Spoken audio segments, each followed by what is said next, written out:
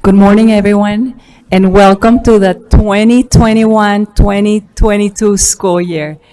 I'm Lupita Hightower, and I'm the proud superintendent and treasure hunter for the Tolleson Elementary School District. I'm also honored and excited to serve as your volunteer president for the school year. And I would also like to take some time to thank Dr. Donna Lewis from Creighton Elementary School District for serving as our statewide president last school year. Let's hear it for Donna. And also Dr. Christy Wilson for serving as our national president in one of the most difficult school years that we've had. Let's hear it for Dr. Wilson as well. We're also so grateful for Dr. Curtis Finch for hosting us and his entire team here at Deer Valley Unified. And I know all of us wish that this COVID situation was behind us. I think we were ready for it to be behind us completely, right? I know that this situation is a no-win situation for any of us. But now, more than ever, we have to be united so we can be stronger for our students, for our teachers, for our administrators. My hat goes off to every single one of our school principals, just trying to figure out ways to uplift them and encourage them. We also have to take care of ourselves, so we can't forget about that. And please know that you matter and that your leadership matters. ASA's mission is to promote and develop educational leadership. Ultimately, each one of us wants to support our students, wants to have the highest quality public education. And it is hard right now. It is hard work. So please keep in mind, you matter and your leadership matters. I'm really looking forward to sticking together on ASA's 3 guiding principles for the year: developing that leadership, advocating for public education always, and shaping policy. We can't allow 2 things just to happen to us consistently. So with that, I know we have a full agenda with very important education champions, and they're here with us today. And we will get started with our sponsor for today. And it's Dr. Jennifer Johnson is here with us from Grand Canyon University. Let's give her a hand.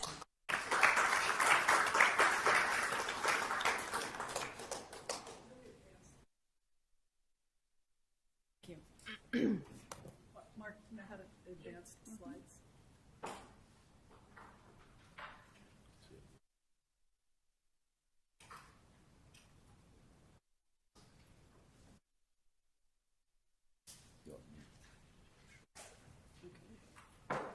Well, good morning, everyone. I bring you greetings from Lopes Land. In about 2 weeks, we will welcome the largest class of freshmen. We'll have 9,000 new students and a total enrollment of just under 25,000. So that's pretty cool, considering that about 11 years ago we had 900 campus. So anyways, I am here representing the GCU family, who is eager to help you in whatever ways make sense for you. On your table, you'll find some information. On the back table, there's alumni pennants and some other kinds of things. So I just wanted to take a few minutes and talk about some of the things that you may or may not know about that we can provide to you at no cost for support in the efforts and the goals that you have established for this year. So I represent part of the team I work on is Canyon Professional Development, and they provide a wide range of support. On this screen, you'll see reference to the Principals Collaborative Community, which is a virtual gathering quarterly for K-12 principals across the state. And it's an opportunity for principals to be able to network with one another, steal great ideas, ask for advice, gather information in ways that will supplement the work that you are doing to support your principals. We have a great YouTube channel, has hundreds of videos that are accessible any time of day or night. Please feel free to share that information with your teachers or other leaders in your district. There are videos there for parents, students, teachers, leaders on like 1,000 different topics. So we would just encourage you to check that out. We have a professional development menu. Those are some of the handouts. We also have a menu of services. I have copies at the back table right by that window. There are literally hundreds of activities and services from across the university with all 9 colleges, looking forward to being able to support your goals, as I said before. And then many of you know Carol Lippert, who is the Assistant Vice President for Canyon Professional Development, and she is absolutely thrilled to talk to you about how to customize professional development in, again, ways that make sense for you. So her contact information is there. I serve on the K-12 Educational Development Team, and there's a list here. We have student engagement activities, so if you are working with your students to help expand their horizons and their knowledge of how to get to college, we do both in-person field trips as well as virtual field trips for students in grades 3 through 8. And would love to be able to talk to you more about that. We also have a new digital curriculum in the college-going process aimed at both students in grades 3 through 6 and then 7 and 8. We'd love to be able to share that with you. College of Education, and my terrific colleague, Dr. Marjane Gilpatrick, is here representing the College of Education. We know you love to recruit our graduates, and so we would love to be able to help you facilitate building a relationship with them while they're doing their practicum in student teaching. If you have any questions about that, please talk to Marjane. All of you have admissions counselors on your assigned to your campus, both for your 11th and 12th graders, but also for your staff. So if you have teachers that are not fully certified, we'd love to talk to you about our new accelerated Canyon LEAP program that leads to certification. We'd love to talk to you about graduate courses, leadership development, anything that the university can do for your big people and your little people. And then the Learning Lounge, many of you know that we offer both virtual and in-person academic assistance in every subject you can imagine, at no cost. Would love to be able to share that information with you as well. So again, thank you for taking the information on your tables.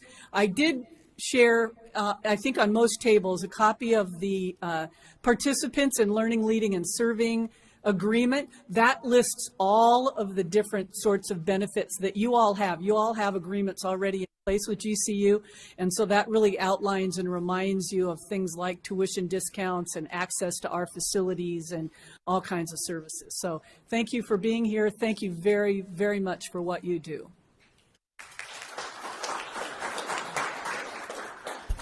Thank you so much, Dr. Johnson. I'm always amazed at all the services, programs, opportunities that Grand Canyon provides. And I'm also so happy and proud that Dr. Johnson was one of my professors when I was getting my admin. So thank you for all that, Dr. Johnson. We have another champion of education here with us today, and it is our Executive Director for the State Board of Education, Ms. Alicia Williams.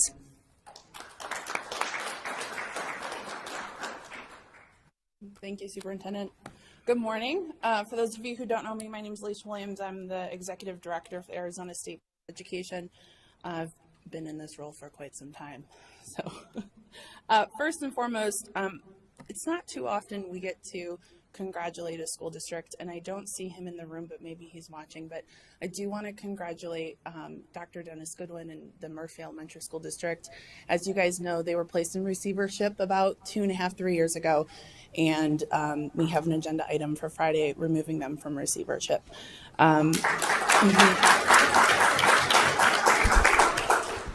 I personally want to thank Dennis because we had many conversations through the first couple months of that receivership, and it was a very difficult role that he volunteered to put himself into, and he's just done it with grace and expertise. So I thank Dennis for his commitment to Murphy as well. Just a reminder, because everyone loves talking about school accountability, there are no summative letter grades for this year pursuant to the law change. However, as your data people are aware, they've been receiving the files from the department, and there will be component scoring. So within the report card section where it breaks out the different indicators within the accountability system, there will be data that's inputted in there. The board has the business rules to approve on Friday's agenda for that component scoring. There's been a lot of questions with the educator discipline changes now that the State Board of Education is overseeing non-certified educators. Reminder, we have those rules in draft form. They're on our agenda again for August. We're going to look to close those in September. Another big shift from last session was the investigative unit was transferred back over to the State Board of Education. So my staff has grown by 3. We're going to have like 19 employees in a couple months. So if you want to get a few of your school districts together and you want to have like a PD with your school administrators, your HR professionals, call us. I will send people. We will train you guys. We will answer questions pertaining to anything educator discipline or reporting. Okay. I'm personally very excited about this change with non-certified folk. I've been working on it since I became executive director, and I think ultimately it will keep all of our students much safer, both at the district and the charter schools. And then lastly, 2 things. One, we are working on a 5-year accountability plan. If you recall, the board put into policy a 5-year assessment plan. So now we're working on the accountability aspect of the next 5 years. And the reason for this is, one, we want to provide consistency, right? So you know what to expect in a given year. But we also want to showcase different changes that will be occurring based upon the new assessment system. One of those changes is like growth, right? So when you're moving to a new assessment, sometimes it's more difficult to show growth in a certain way. So we want to be able to showcase that to all of you in the field. So you know, okay, in the 24-25 school year, this is what the accountability system should look like. I plan on having that done through the board approving it by December. So for September and October, look at board agendas to provide input if you feel that you would like to provide input to that plan. And then lastly, I know we're all very tired, so I just want to thank you for your commitment to Arizona students and also to your commitment to me and to the State Board of Education, because I wouldn't be able to do my job and the State Board wouldn't be able to do their job without you guys being partners. So thank you very much. I'm always available for questions through phone or email, or come see me down at the E-Tower because we're there. Good? Any questions? Do you want me to answer questions, Mark? Okay, questions? Yes, Quinn. So with the I prepared him for this. I said, if I ask questions, you ask a question. the addition of the classified investigations and tracking of personnel, is it going to follow kind of the same process as a certified? We have a case, we just send the case to you instead of AE, but are there any things that we should be aware of, the difference between classified and certified? Sure. So for non-certified staff, we're really looking at that definition of, is that person the majority of their time spent alone with students, right? So we're not looking at bus drivers right now. We're not looking at your paraprofessionals right now, because your paraprofessionals, as we all know, there should be a certified educator within that classroom with that parapro. But it's the same process, and not to get a little in the weeds, what we figured out before we ran the bill was that anyone who's a non-certified educator still has to get a fingerprint clearance card. And when they check off teacher or charter school, or there's like 3 different options, it automatically kicks that file to the department's CERT database, and it creates an EIN number for that person, even if they're not certified. So we'll be able to take action on that EIN, and that EIN is already in all of your systems that you have. Yes, Donna. Is there a statement for why there will be no letter grades that we can use? Is there Donna's question was, is there a statement? From the Board of Education onto why there will be no letter grades that we can offer to our communities? Oh, sure. So her question was, why is there a statement from the state board? Is there a statement from the state board on why there's no letter grades that we can offer to our communities? Yeah, we can draft. It's easy. It's just state statute. We can draft something up for you if you want. Just tell me who I send an email to. Yes, sir. Mr. Stanton. These component scores come out. Have you already been approached by reporters? We're going to come out like at the end of the component scores to be published. As far as the scores, not the letter grades, but the idea of taking these, so that people are going to do the comparisons. Is that participating in the end of the month? That's the anticipation. It might even be September, end of September, because we're trying to keep it on the same timeline as like when we release letter grades. No reporters have contacted me. Do not send them my way, Mr. Stanton. If they come, I'm just going to be like, oh, go talk to that Washington Hill guy over there.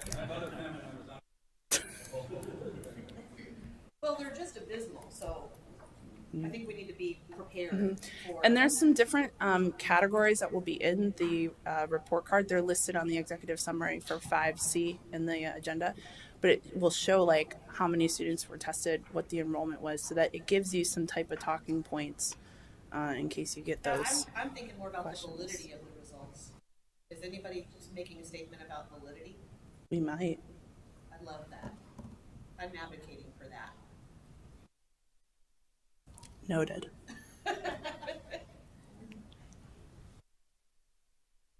Yes, Superintendent Hightower. And then talking about the validity of these test results, I know that for the following year, they already said don't even think arguing whether we should have letter grades or not. We are having letter grades for the following school year. Question about the validity of having a reliability of a brand new assessment and a letter grade system. Sure. There's been a lot of conversation around having a new statewide assessment and then having letter grades on top of the new statewide assessment. Questions around validity have come up.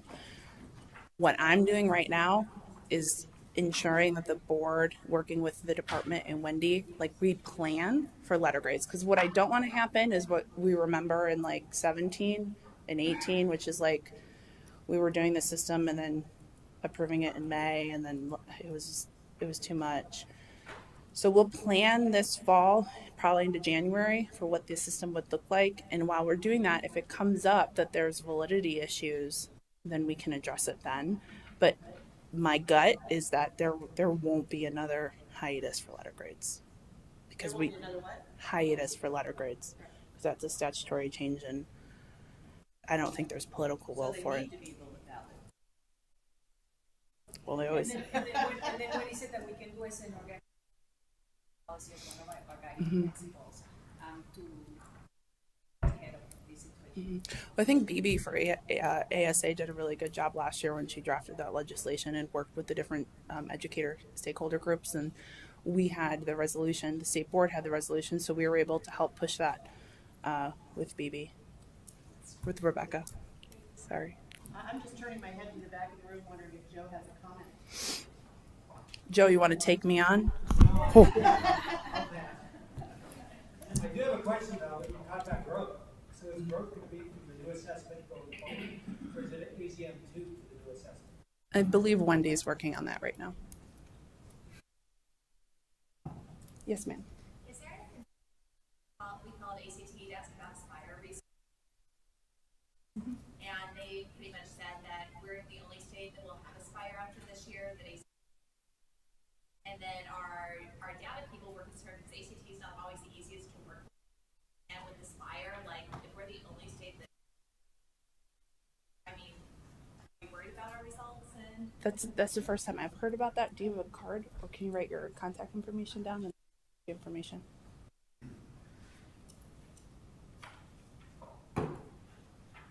Thank you Perfect. so much. Thank you so much. Always a pleasure. Thank you so much. Always does such an excellent job for us, so we are so grateful. Thank you. We are going to move on to Chris Welker with the Arizona Risk Liability Trust as we see if Superintendent Huffman is able to join us this morning. Oh, yes. So we have Chris Welker here with us. He's with the Arizona Risk Retention Trust.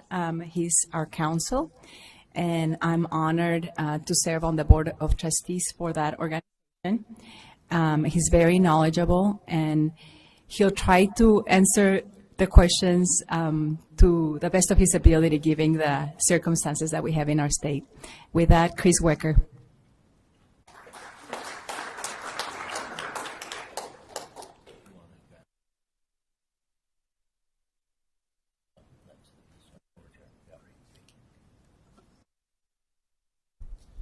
Thank you, Dr. Hightower. Good morning. As mentioned, my name is Chris Welker, and I'm counsel for the Arizona School Risk Retention Trust. It's wonderful to be with you here this morning. Thank you for all that you do. As a parent of 5 children who have gone through the Arizona public school system, I do appreciate everything that you do to educate our children. I recognize these are challenging times right now. We're going to talk a little bit about legal liability for school districts relating to COVID-19, and this is certainly a difficult topic. The law is evolving, and sometimes you are faced with conflicting laws and guidance, and it's definitely challenging right now to navigate through those evolving times. The key, as with most things, is to use best efforts to act reasonably under the circumstances. And again, the circumstances I recognize are challenging. And certainly when specific questions arise, I would urge you to consult your district's legal counsel on specific issues as they come up. But as to legal liability with respect to COVID, I wanted to start to address the elements of a basic negligence action against a school district. What are the elements that an injured party must prove to establish liability against a school district? These are the 4 primary elements of a legal action against a school district or any party for negligence. The elements are, first, a duty. So an injured party must prove that the defendant has a duty towards the injured party, that there was a breach of that duty or a breach of the standard of care, that that breach caused damages. So there has to be causation. In other words, that there was a link between the breach of the standard and then the causation of damages because of that breach. Just a little more detail on these 4 elements that an injured party must prove in a liability case. A duty, a school district always has a duty to act reasonably to protect its students from foreseeable risks of harm. And that's by virtue of a school district's special relationship with its students. It has a duty, again, to act reasonably to protect students from foreseeable risks of harm. We're going to focus a little bit today on the elements 2 and 3. What is a breach of the standard of care and what is causation? First, with respect to causation, this is challenging for a plaintiff, an injured party suing a school district with respect to a COVID-19 illness. This will be challenging for a plaintiff, and there are many reasons why, and we've listed just a few here. First, as we all know, there is widespread community transmission of COVID.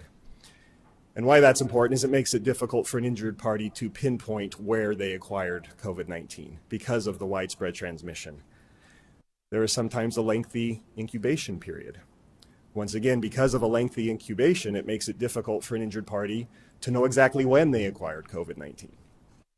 There can be asymptomatic carriers, With asymptomatic carriers, it will present challenges for an injured party to know exactly from whom they acquired COVID-19.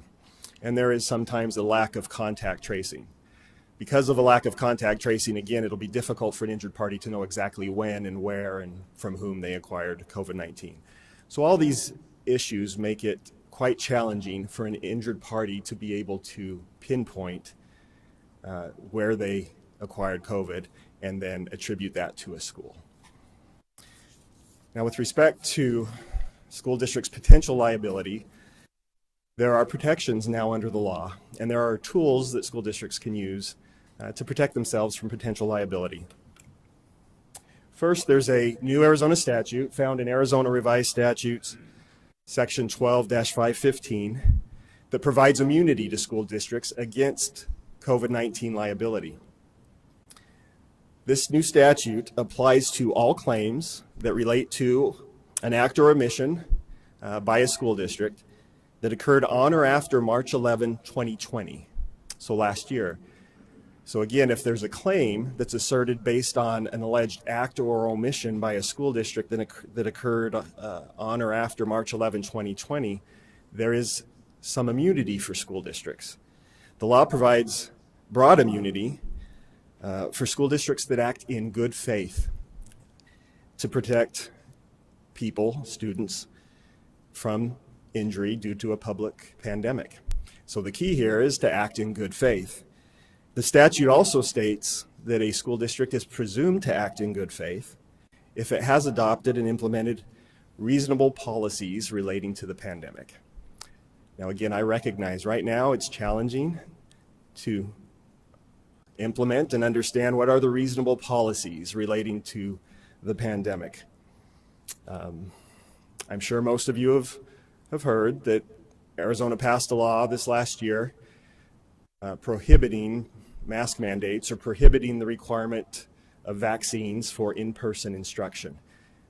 You may have also learned that a Maricopa County Superior Court judge recently ruled that state law prohibiting mask mandates and vaccine requirements is not effective right now, becomes effective September 29, 2021. There is also another lawsuit currently challenging the statute that prohibits mask mandates and required vaccinations, and that is yet to be heard. So again, this is an area that's evolving. It's not yet entirely clear whether that law will become effective September 29th or not. It is currently under a legal challenge.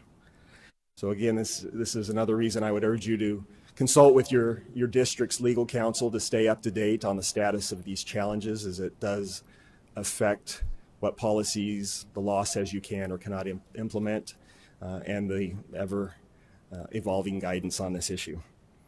This immunity provided by this statute will apply unless a plaintiff, an injured party, can prove by clear and convincing evidence that the district acted with gross negligence or willful misconduct. Now, clear and convincing evidence, you may have heard of that standard before.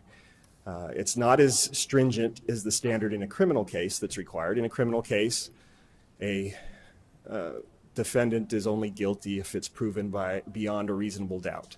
Typically, in a civil case, a party must prove a claim by a preponderance of the evidence, which means more likely than not.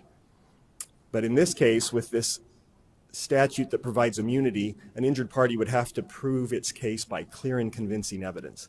So it's a more stringent standard to establish a school district's liability.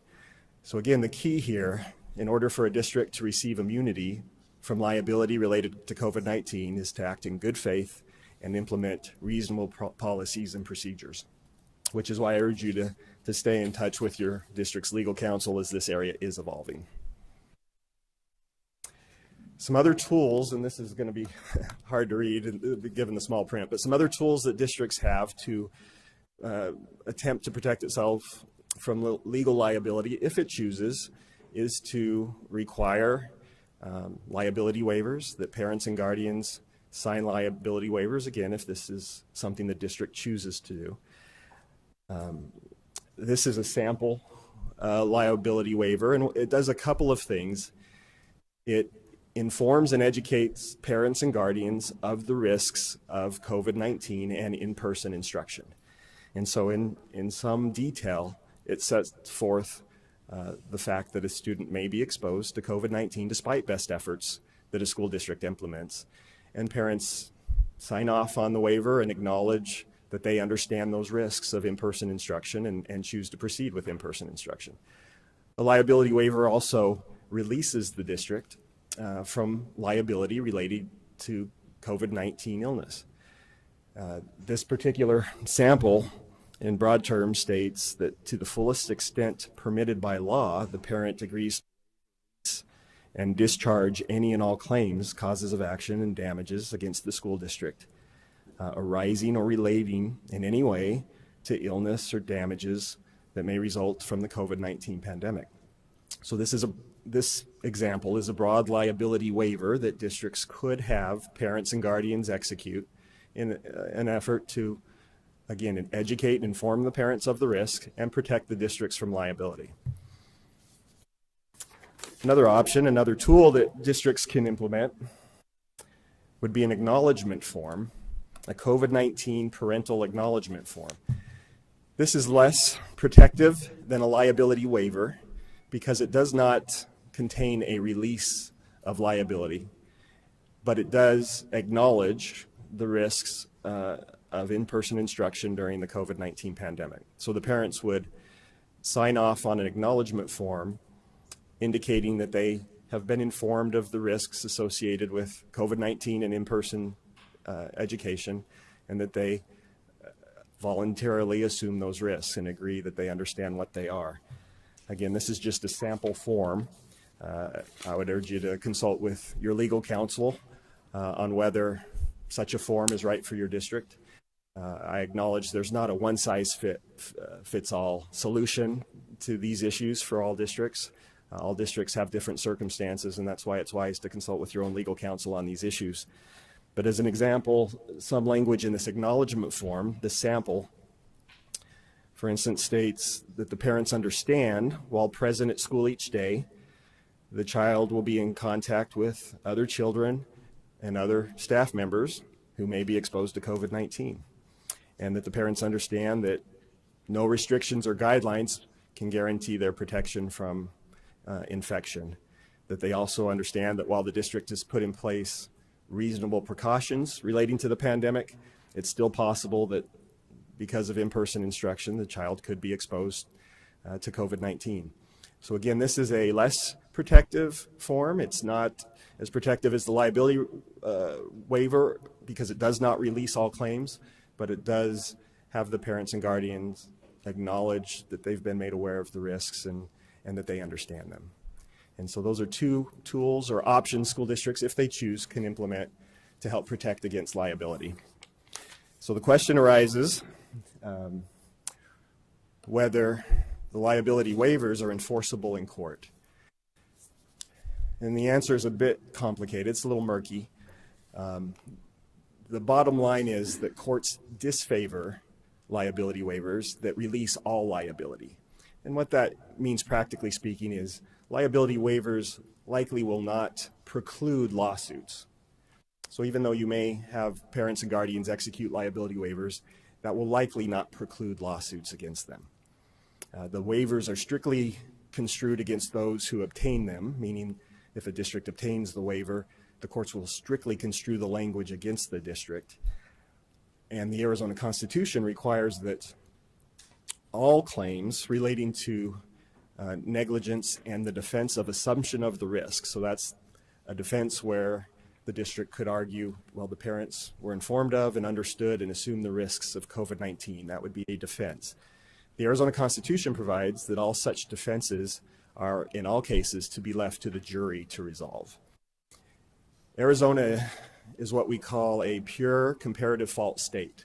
What that means is in a negligence action, the jury is tasked with allocating fault to any and all parties that may bear fault. And so they're to analyze all the parties to an action to determine the relative degrees of fault that they believe apply to the parties. What the courts will likely do with liability waivers and acknowledgement forms will be to leave it to the juries to decide how the execution of those forms impacts the jury's fault analysis. In other words, the juries are allowed to consider the extent to which the parents knew and understood the risks of COVID-19 when deciding how to allocate fault among the various parties to the action, the parents, the school district, etc. So bottom line is, while the liability waivers by themselves likely do not preclude lawsuits, they are another tool that districts can use to help educate and inform parents and make sure that they are well aware and understand risks associated with in-person instruction during this present pandemic. Again, let me acknowledge where I started. These are certainly difficult times. I recognize that. It's challenging navigating all of these legal issues surrounding COVID-19 right now. The law is ever changing, and sometimes you're faced with conflicting and contradictory guidance on this subject. My recommendation would be use best efforts to act as reasonably as possible under the circumstances, and consult your legal counsel with any specific questions on this issue, as it's ever changing. That's what I have. I don't know if you wanted to take any questions, but thank you for your attention today. Couple? Okay. Absolutely. Yeah. So pending the September 29th, what are the avenues of possible outcome for us as practitioners? Before September 29th? No, As of 29th? So the question was, as come September 29th, what are the potential issues for educators? It's hard to predict. So we have the immunity statute, which will certainly take effect. So the immunity statute will be effective, which will provide immunity for school districts that use good faith to implement reasonable practices and procedures. We have the law that says come September 29th, you cannot require masks or vaccinations for in-person instruction. That is under challenge. So it's unclear whether the law will be effective September 29th or not. We just don't know yet. So would the trust or the risk retention protect us if we had a mask mandate and the mask mandate was upheld? All of that depends on the specific facts and circumstances of a given claim, and the allegations made and the nature of the injury. So that can't be prejudged without knowing what the specific allegations are. I will tell you that, again, in the face of conflicting guidance, it is hard to say it's unreasonable to comply with the law. Now, the law is evolving and changing, and that's why it's important to stay up to date on what's happening. But my recommendation would be it's reasonable to comply with the law.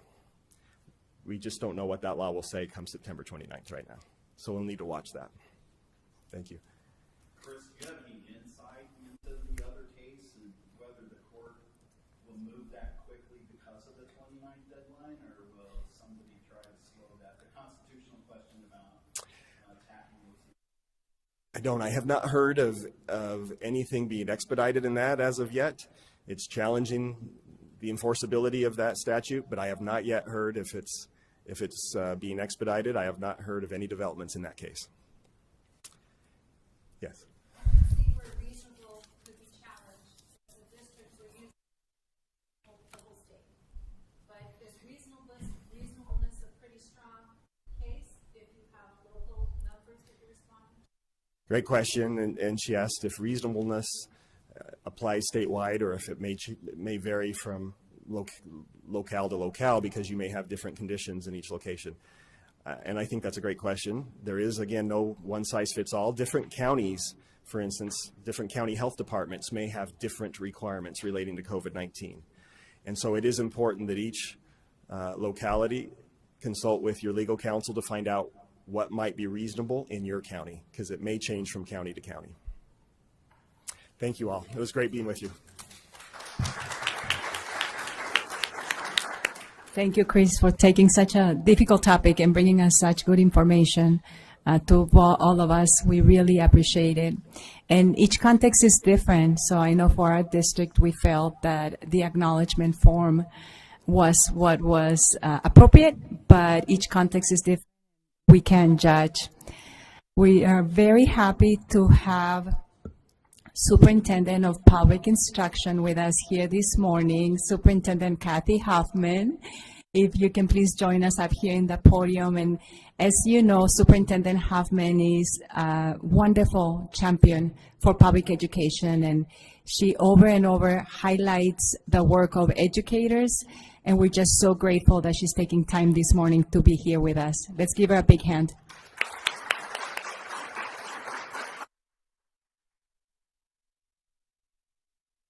Good morning. Well, I had this on my calendar for 10, so I thought I was early. So I'm so sorry to be joining you a few minutes late. But I'm very, very proud to be here with you all this morning. And I wanted to start this morning by just acknowledging what we've all been experiencing, not just this week or last month, but the past year and a half.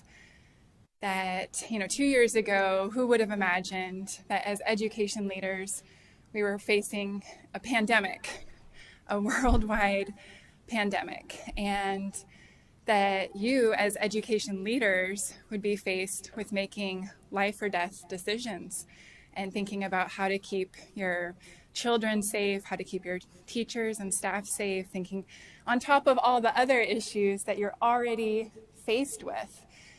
As education leaders, you're not just leading your schools, you're leading your communities. And I've been thinking about, as we're all watching the news, how many of you have been faced with flash flooding, wildfires, closed roads, all these other natural disasters happening that impact our communities directly, that impact our schools, that impact our families, and people look to you for answers on a day-to-day basis. I'm sure late at night, early in the morning, on the weekends.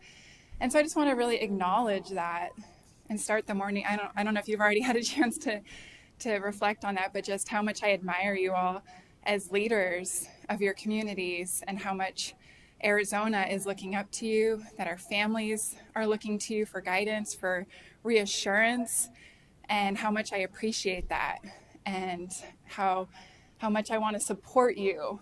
And the department wants to support you through these really difficult times. And I know that we started this school year coming in, from the summer with so much hope and optimism. And I'm personally feeling a bit of disappointment and grief that we're faced with some of the same challenges we had last year, or different challenges, but that we're still on a day-to-day basis faced with really difficult decisions and unprecedented times, and it's not easy. So I just really wanted to take a minute to acknowledge that this morning. And then I wanted to share some of the ways that our department has been making efforts to support you all, and to highlight some of the ways that we've been spending our state set-aside ESSER funds to support you all. So over the summer, we knew that the enrollment declines were of a high concern. And so we have been working closely within our teams to think about how can we support enrollment in our schools statewide? How can we build that trust between our schools and our communities? And so we invested over $1 million in a statewide campaign, the Arizona Return to School campaign. Hopefully at some point you saw a billboard or a digital ad and pointing our families towards reputable, good information on how to enroll. And so I can't wait to see the statewide data. We'll have more information on that within the next couple of weeks. I think we'll have a sneak preview of that. But I just wanted to highlight that we wanted to make sure that was a priority for our agency of supporting us statewide, of helping our enrollment numbers. Secondly, last spring, I held a series of educator roundtables, and this had teachers and educational professionals from across the state who joined me virtually. And I asked them, how can the department support you? What do you think we should be doing to spend our state set-aside dollars? And I heard time and time again that one of their challenges was finding high quality materials to supplement their curriculum. And so we made the decision to partner with Discovery Education, and hopefully you've all received information on that. We've been trying to get the word out, but I know there's so much in the news, there's so many emails, you're thinking about the public health crisis, but I really want to make sure you're all aware of the state partnership with Discovery Education, that you don't need to pay for it out of your own budgets, and this should be available for any school, any teacher that wants access to high quality digital materials that are aligned to the K-12 standard. So please let us know if you need more information on how to access and how to get onboarded with Discovery.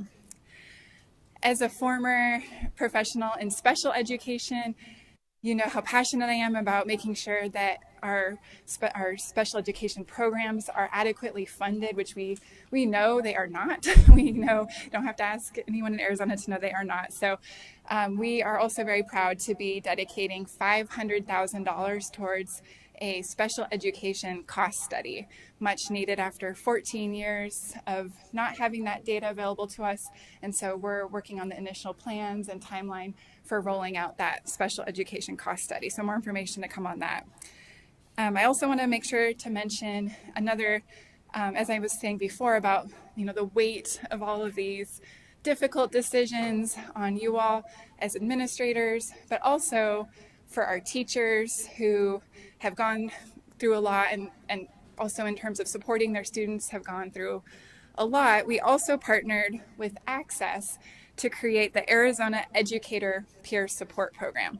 So this is for both teachers and administrators. So if you even think about a principal you have working that is going through a hard time, or anyone, for you, for a colleague that if you know they're going through a hard time, please refer them to the Arizona Educator Peer Support Program, because this is really intended to help with preventing burnout, to support the well-being of our educators. And the website for that is azeducator.org. So you can learn more about that there. The last thing I'll mention is that we're excited to announce that we will be restarting our education leaders calls. So if you were able to hop on to one of those, we started them around last winter, last spring.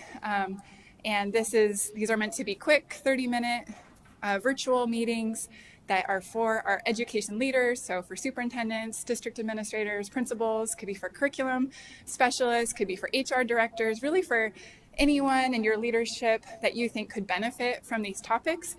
And so we are we're in the process of scheduling guest speakers to join us. So there will be some agenda items dedicated to public health topics, some dedicated to educator recruitment and retention, a whole range of topics. We're trying to think about what would be most useful for you all as education leaders. But the first one will be September 8th, and these will be weekly on Wednesdays from 2 to 2:30 p.m. So it's meant to be quick, informative, disseminate good information to you all. Please let us know if there's certain topics you want to hear more about. I know, for example, we've been hearing that school leaders would like more information on innovative ways to spend ESSER dollars. So we're thinking about how to get that type of information out. So please let us know if there's certain topics that you would like to hear from. And if there's anything else the department can do to support you, please don't hesitate to reach out. We continue to aim to be an agency of service. And again, it's just my privilege to be able to serve you all and to be in this role. And again, thank you for having me.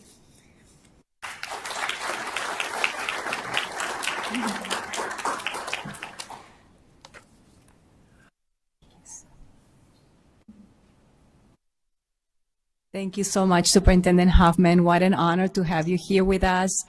And thank you for everything you're doing, all those elements that you spoke that are going to support us. We also want to make sure that you take care of yourself so you can continue to strongly lead us and for our public schools. So thank you so much again.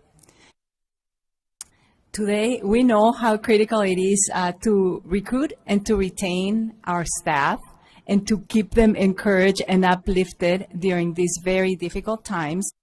So we have two presenters with us today, Dr. Leah Esmond and Dr. Denise McLaughlin with Exemplary Educators. So if I can please have them come up.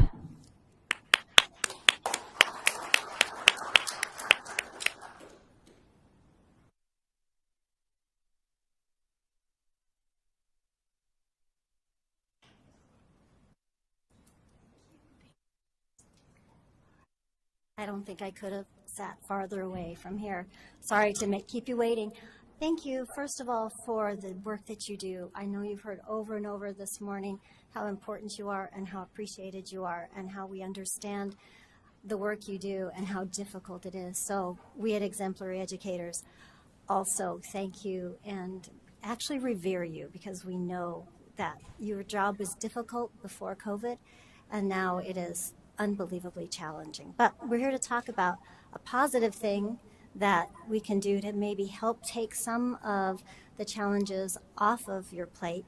The teacher shortage, the number of empty classrooms that are here again today. Every year we look at the numbers and the national news is beginning to go, oh, we have a teacher shortage. Oh, it's beginning to be in the nation. Well, Arizona's been facing this for a while now and the numbers have been staggering. So Exemplary Educators would like to be part of a solution for this. So who are we? Well, maybe. Okay, we are a nonprofit organization that was started by educators with lots of experience in the field.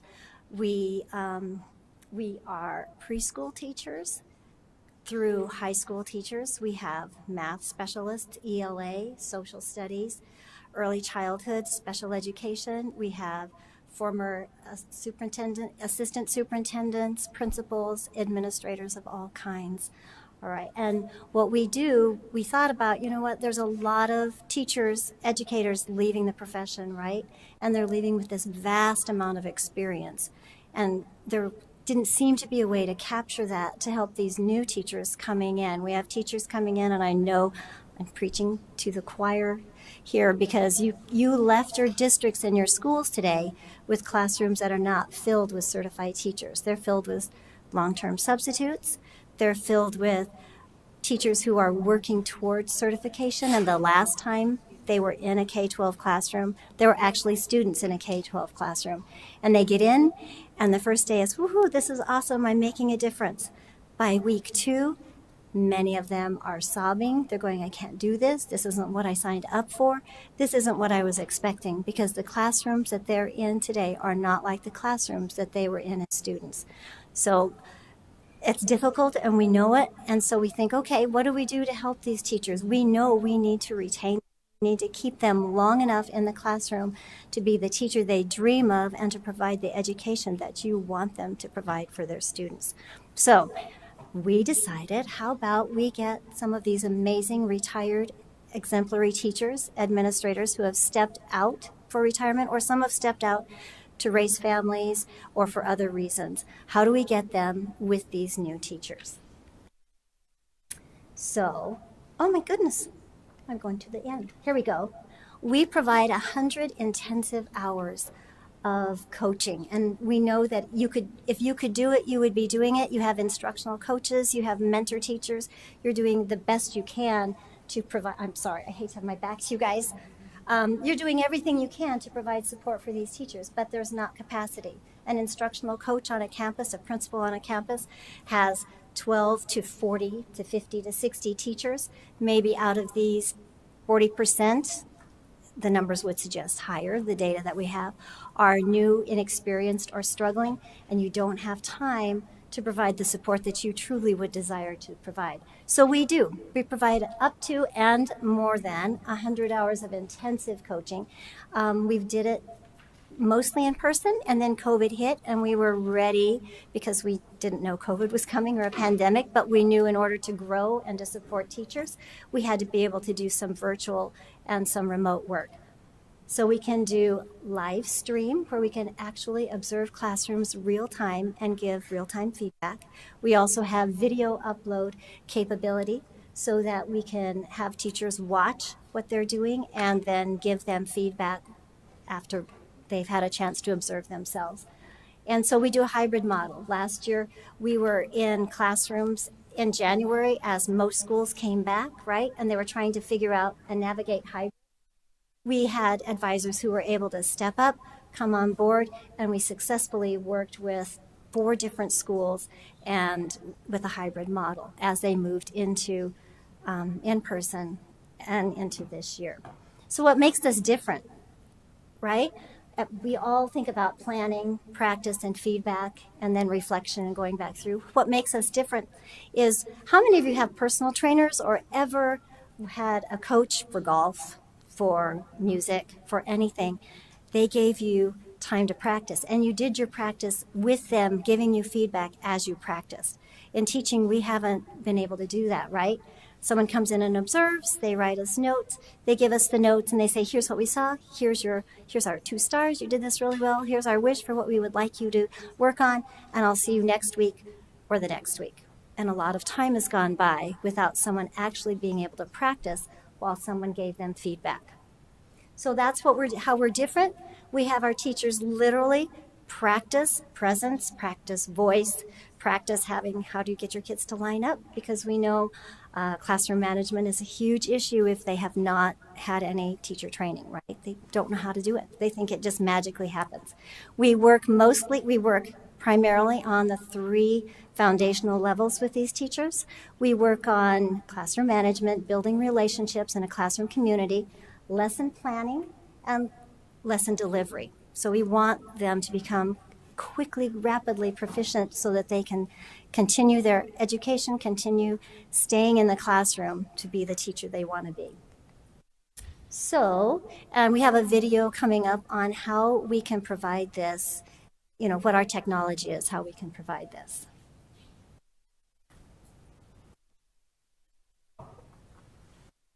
Am I in the way? You can see it everywhere. Okay.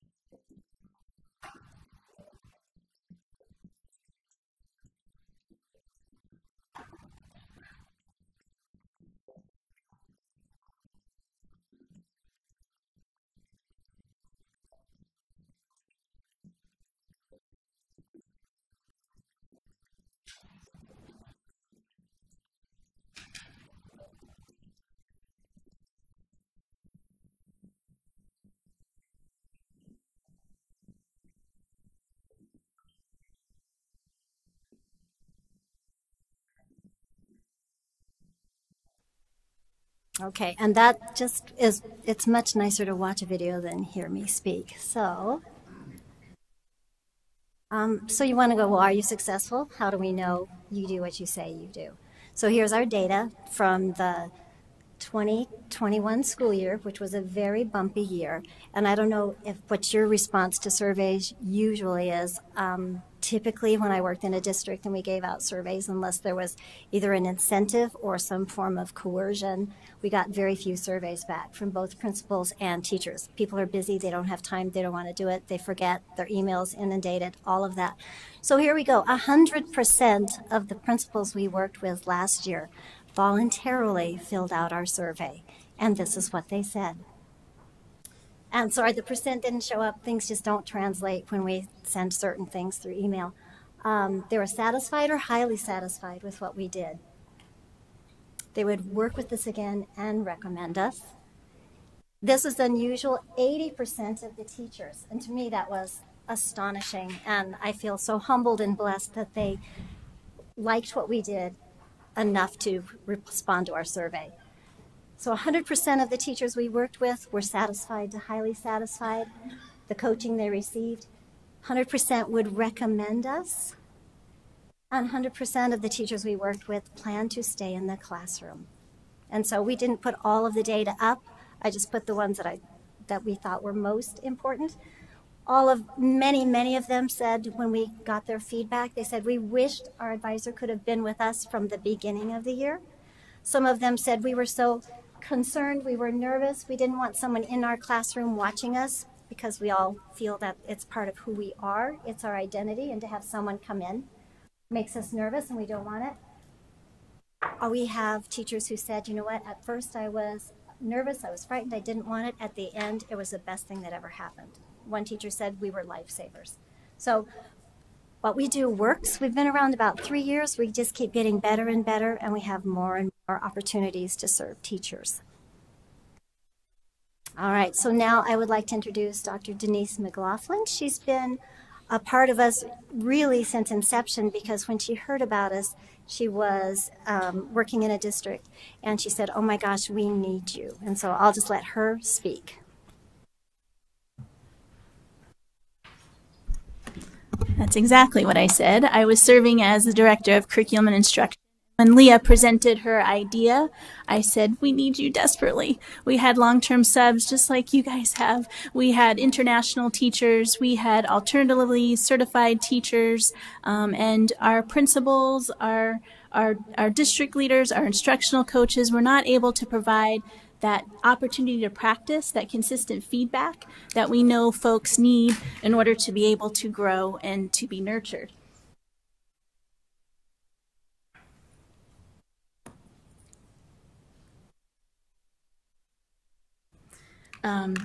We know that what interrupts that consistent feedback, that ability, that time to practice is competing priorities. And right now we're all experiencing that little thing called COVID, which everybody has highlighted today, is consuming us, taking over our world.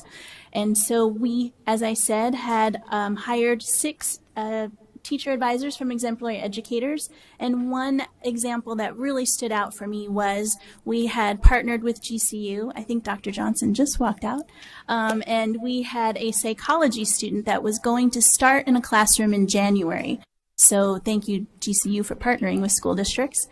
This particular person had not taught, had not done their student teaching, and we knew that that person was not going to be successful without consistent support and consistent feedback. We had a teacher advisor work with that person prior to school starting, so over winter break, and that teacher advisor supported that teacher to set up the classroom, set up bulletin boards, get ready for the first day of class, and stayed with that teacher basically 24/7 until that teacher was like, I'm good. That teacher advisor scaffolded their support. It was gradual release, and that teacher ended up being highly successful. We were able to retain those 6 teachers throughout the school year. We know that we're losing teachers throughout the school year, and our teacher advisors were able to keep them in the classroom. They form an incredible relationship with these folks because they are available to them 24/7, unlike we are unavailable because we have so many competing priorities. I then moved to a role as I was Chief Academic Officer, and I very naively thought that as Chief Academic Officer, I was going to spend the majority of my time supporting principals. Silly me. That was not possible. And so Exemplary Educators also offers leadership advisors, and we had Exemplary Educators with a few of our principals. One principal in particular was really struggling with putting systems in place and also building relationships.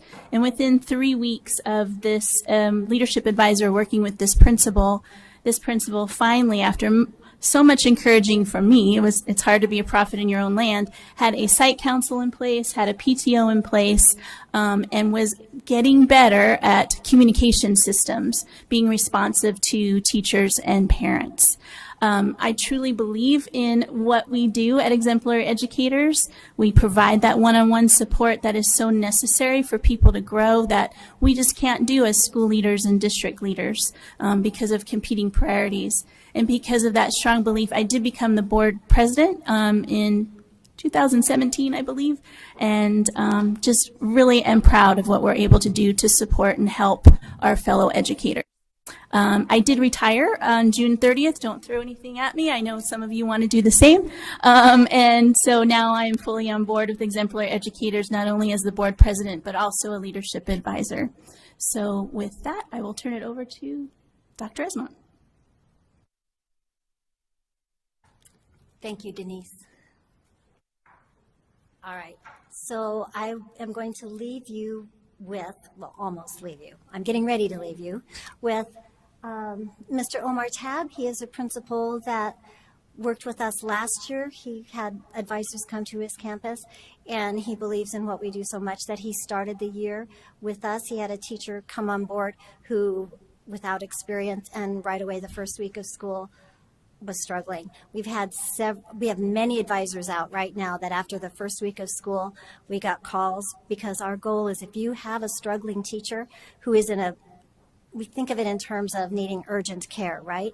They're upset, their classroom is, as one person said, a dumpster fire. Things are going haywire pretty quickly, and the teacher's about at the end of what they're capable of doing and they're ready to quit. We will do our very best to get an advisor in the classroom within 48 hours. That's our goal, is to support them, keep them there, help them do what they need to do. So that being said, here is Mr. Tab, and I will let him tell you about what we have done for his school.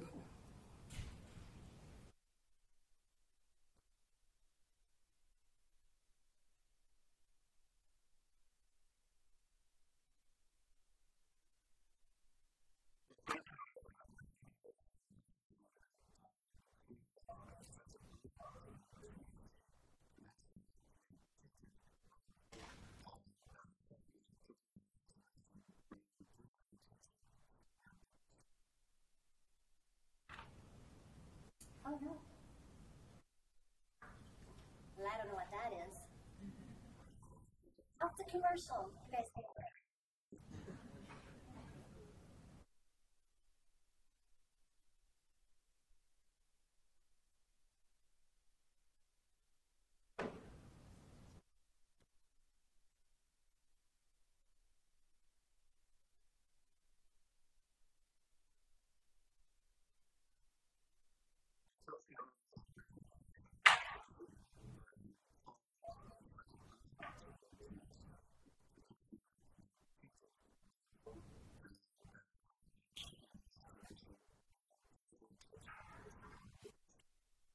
Oh, I know.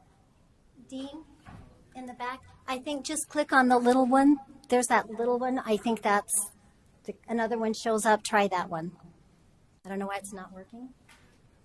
It is the most powerful part because it's someone who actually used this and has a lot to say, who's in the field. I don't know. Does anyone have any questions while we're waiting? I don't want to say talk amongst yourselves. 2 questions. 2 questions, yes. Anybody? Anybody? No questions. We get it, we like it, thank you. I like that. Is the Thanks. dumpster fire?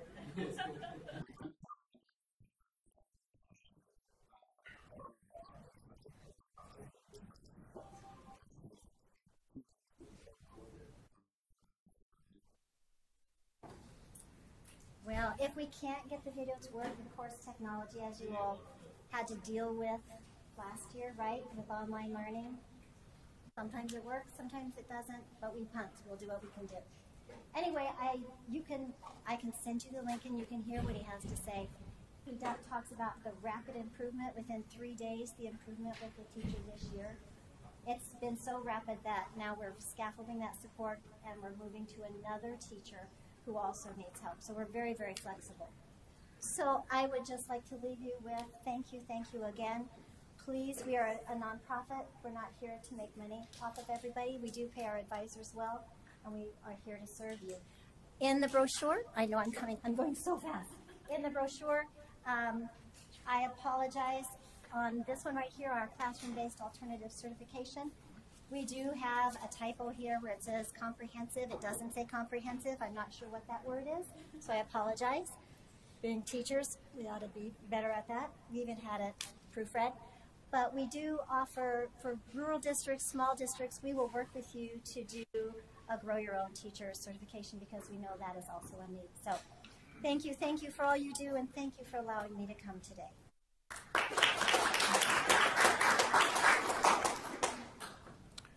Okay, a couple things. As she said, this is nonprofit. That's why they're up here. We don't bring for-profit companies up to sell their wares. Statewide, rural, urban, suburban, they're available. And if you got a classroom that, as she said, is a dumpster fire, they can have someone in to help that person in 48 hours. So, you know, don't let a dumpster fire destroy a kid's opportunity to learn. Okay, let's see if we can show where we're going next. Okay, so the division meetings, sorry we're starting a little bit late, but I thought we had some really pretty good information to give you today. In this room, we're going to have 3 division meetings. The dividers will come out in the middle, superintendents. On the west side, it's right over here for the directionally challenged, is the ed services. On the east side, the elementary. Then through this door to my left, your right, there will be the middle, there's a small admin CR, there's a sign, middle level division, ECR, secondary division, CRB, you think you're in a hospital, is the higher ed division. All of those rooms are equipped with screens, and so you can hook your computer up and get the Zoom link going. And Dean, who's hidden behind that black window, is going to be coming around and providing technical assistance. So division meetings will start in a few minutes. Thank you for your kind attention. Appreciate your efforts to attend in person today.